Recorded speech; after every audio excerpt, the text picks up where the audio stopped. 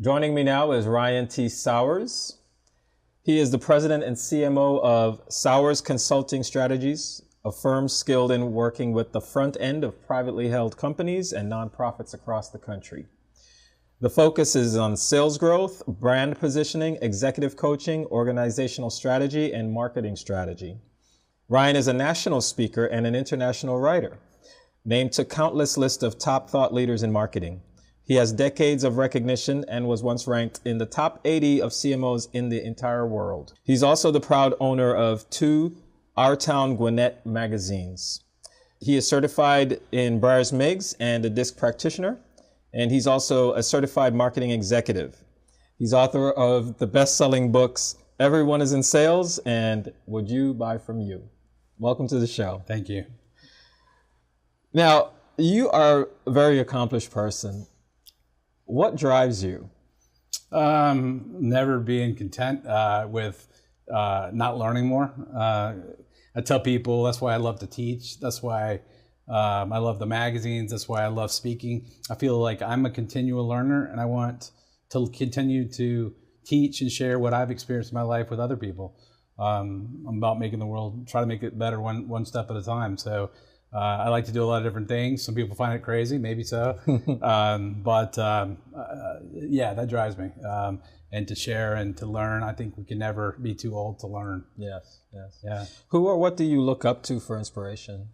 Well, I have strong faith in the Lord. And then, I have people that I feel that have real wisdom. I think wisdom in my doctoral program that I've been working on over the years, we did a project, and it was on wisdom, and it not only came from a biblical perspective, but from a business perspective.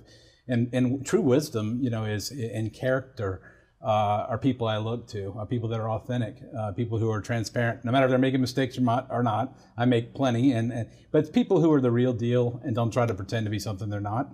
And I try to surround myself with people like that, and it helps keep you grounded because they're going to tell you the truth, and that's what we need. We need that to grow. That's fascinating. Now, as the owner and editor of the Our Town magazine, local here in Snellville, right. and how far is the reach of that magazine? Yeah, we have 2. So we have a Our Town, which I call Blue, which is Stone Mountain, Lilburn, Lawrenceville, and Snellville. So hitting 65,000 readership in that one, and then our second one is Our Town Green, Grayson, Loganville, and out towards another part of Lawrenceville, again with about a 65,000 readership.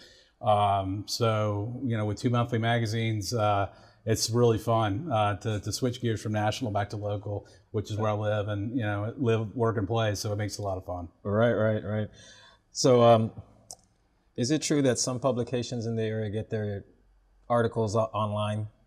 Yes, very true. And not just in this area. It's easy to do. I mean, it's easy to go on the internet. I mean, I watch as a college professor, and we have an ability to use, there's turnitin.com and these other kind of things, and you can quickly see where someone's picked up 98% of the exact same article. And whether they give credit or not, the bigger thing to me is, if you want to be local, and which I try to do in this market, then you got to be local. I mean, you got to be willing to bring in people who live here, who work here, who want to talk about things because they are going to see their friends at the grocery store, at their church, at the ball field.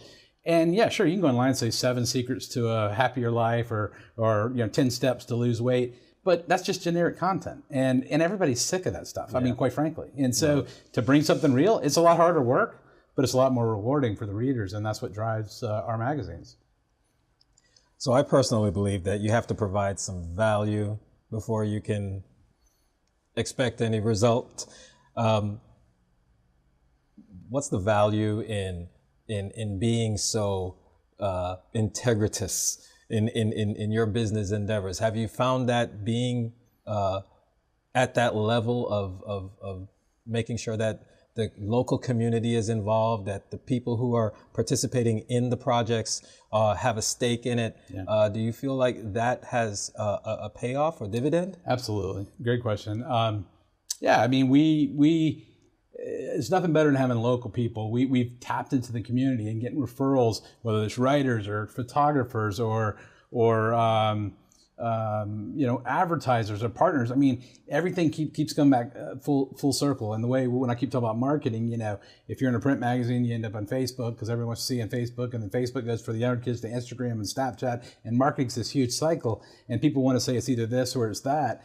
And but being local, I always say it's quite a small world. There's a lot of people in my business life over the years who have burned bridges.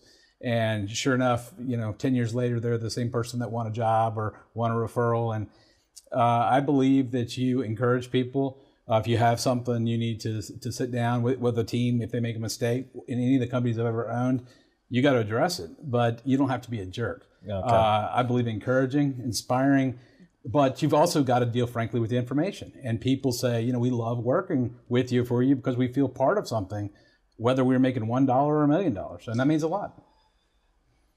Well, yes, that's very valuable. And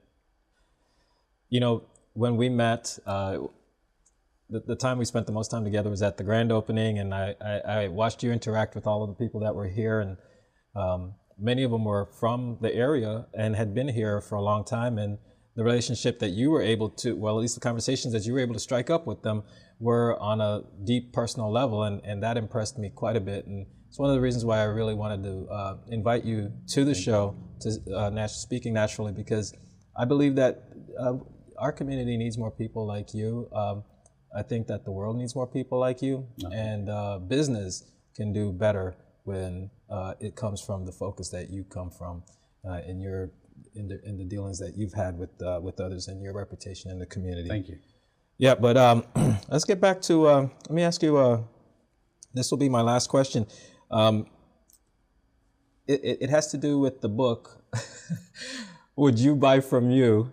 What should the answer to that question be? I mean, it's a great question, Dr. Power. Just recently here locally at a couple commerce clubs, I was speaking locally on the book, and really, if you remember the book as a kid, Grover's the monster at the end of the book, and he's scared all the way through. It's like an old Sesame Street book I remember, and he's scared of this monster at the end of the book, and he sees the monster is really not a monster at all. It's himself. And quite frankly, I can't be anybody but me. You can't be anybody but you. At the end of the day, we have our unique DNA. People can copy our ideas. People can, duplicate things, but they can't replicate our DNA.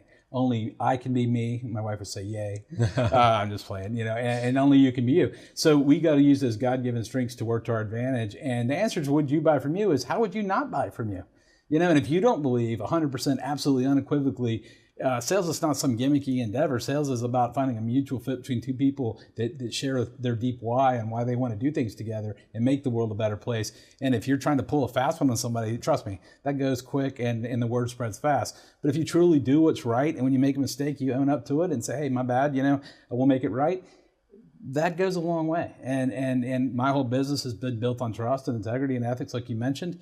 Doesn't mean I don't screw up. I do plenty of times. But I try to say, hey, my fault. I'll correct that. And people have a lot, in my opinion, people have a lot of respect for that. They just want you to know that, hey, what are we going to do to make it right? And let's move forward. Right. And I think that's what most human beings are looking for. So the answer to would you buy from you, I built it on a 4-letter word called a pact. We have a pact one with someone else. And it's passion, it's authenticity, it's creativity in our approach, and trust. And without that final component, trust, if you don't trust somebody, you're never going to buy from them.